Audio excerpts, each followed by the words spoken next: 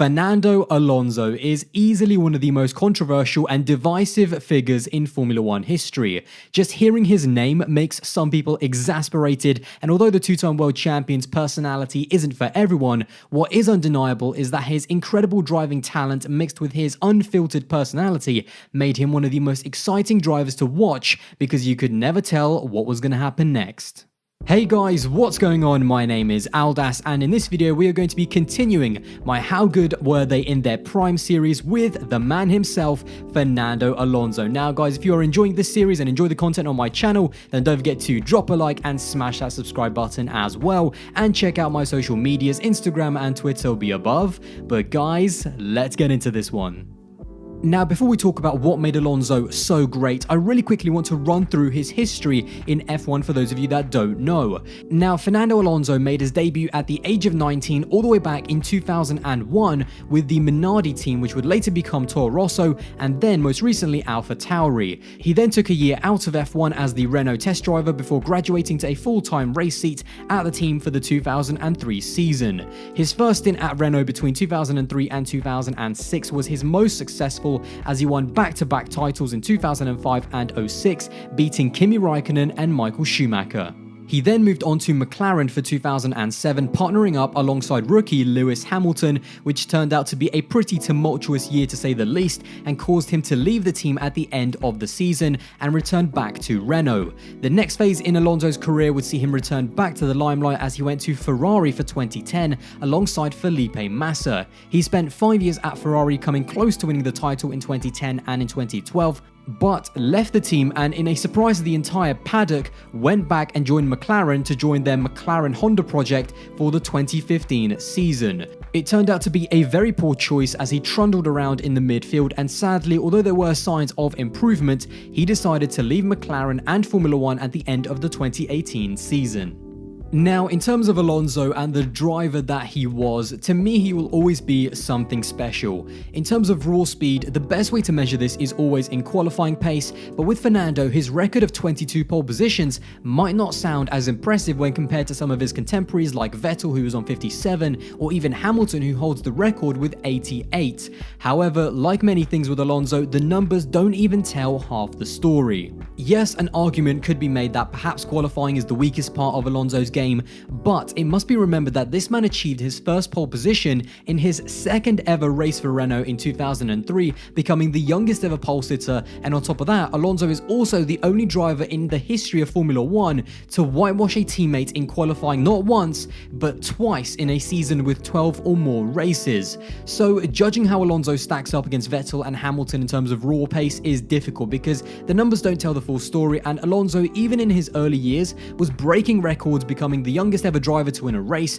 and then becoming the youngest ever world champion as well. And although some might argue that Hamilton and Vettel were better in quali and had more raw pace, Fernando still, in the cars that he had, made a case for himself as one of the most naturally gifted drivers in Formula One history.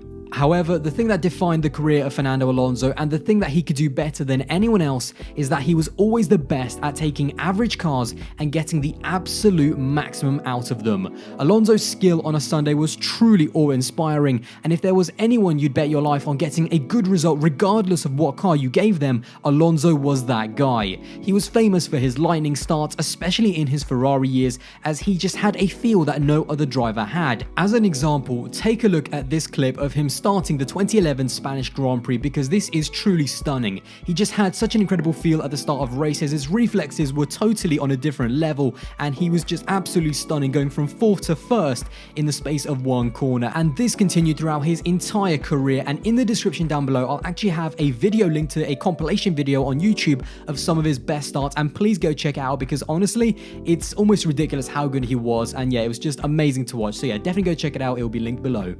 Now, on top of that, he was a brilliant out-and-out racer with an aggressive driving style and fantastic racecraft as well. He made passing look effortless, but perhaps more impressively, his defensive driving honestly beggars belief. There is no such thing as an easy overtake around the outside of Fernando Alonso, and we saw this time and time again, most famously at the 2005 San Marino Grand Prix, when Alonso was chased by 7-time world champion Michael Schumacher in one of the most famous races of all time. On that occasion, and many more, Alonso Alonso was granite under pressure. You'd never see him make a mistake, lock up, go wide, or spin out in wheel-to-wheel combat because he had a really good spatial awareness, and in general, he just absorbed the pressure like it was nothing and let his speed and racecraft do the talking. Now, going back to his ability to drag cars that weren't as good as his opponents to unbelievable results, there's been loads of examples when he hasn't had the best car, like in 2003, 2005, 2008, and 2018 are just some of the examples where he managed to produce absolute magic. However, none more famous than the 2012 season. In 2012, Ferrari shocked the F1 paddock with their new car, the F2012. Not only was it aesthetically pretty shocking to say the least, but the car turned out to be 1.6 seconds off the pace at the start of the season, making it the fourth best car on the field behind the McLaren, Red Bull, and even the Lotus. As a comparison, by the way, in terms of the 2019 grid, that made it even slower than the 2019 Red Bull when compared to the 2019 Mercedes. Now, yes, over the course of the season, the car did improve and eventually overtook the Lotus on pure performance, but even so, it was by no means anywhere near close to the Red Bull or McLaren of that year, and yet, Fernando Alonso managed to not only win the second race of the season in Malaysia, which he regarded as the greatest win in his career with a car that was 1.6 seconds off the pace, but he then went on to be a regular podium finisher whilst his teammate was fighting in the midfield. Ferrari are going to dig themselves out of all the trouble they've had in testing. Remarkably, Fernando Alonso wins a Malaysian Grand Prix. He takes the victory. This is one of the most beautiful. This is one of the most beautiful. We are so proud of you. So proud of you and of the team. He went on to take 3 wins in the 2012 season against Sebastian Vettel's 5, but somehow Alonso, through sheer consistency, managed to take that car to a title decider in Brazil. And although he did lose the title in the final race of the season, the 2012 campaign is easily the greatest season by a driver with a poor car dragging out a championship challenge. And to me, it's also Alonso's greatest ever season, even beating his 2 title campaigns, because it epitomized everything that made Alonso so good. Now, we can't do a video about Fernando Alonso and not talk about him as a person, and how over the course of his F1 career, he more often than not found himself in the middle of controversy. Now, Alonso is a passionate guy with a very fiery personality, which personally I absolutely loved because he brought excitement and passion into F1 and really gave birth to a new generation of Spanish F1 fans. And whilst on track, his character produced some amazing racing that showed his never giving up mentality, out of the car he was sometimes his own worst enemy. Looking back, he has been in the middle of quite a few controversies, like the Spygate scandal in 2007, where he was in the middle of the illegal exchange of information that eventually led to McLaren being given a $100 million fine. Then the next year, he directly benefited from the Crashgate scandal when his teammate crashed on purpose following the instructions of the team to help Alonso win. And then, of course, later on in 2010, there was also the famous team orders incident in which Felipe Massa had to let Alonso pass to allow him to win the race, during which Felipe was given one of the most iconic radio messages of all time. Okay, so Fernando is faster than you. Can you confirm you understood that message?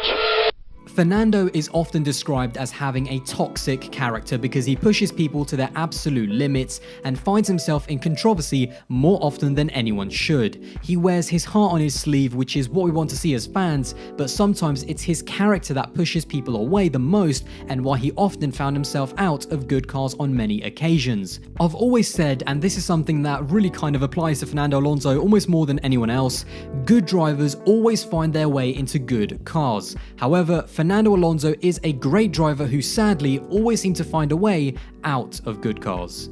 However, as a consequence of him wearing his heart on his sleeve, he has also given us some of the greatest and funniest radio moments ever.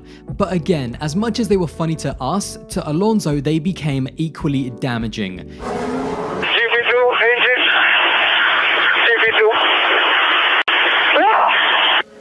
The engine was going much slower than before.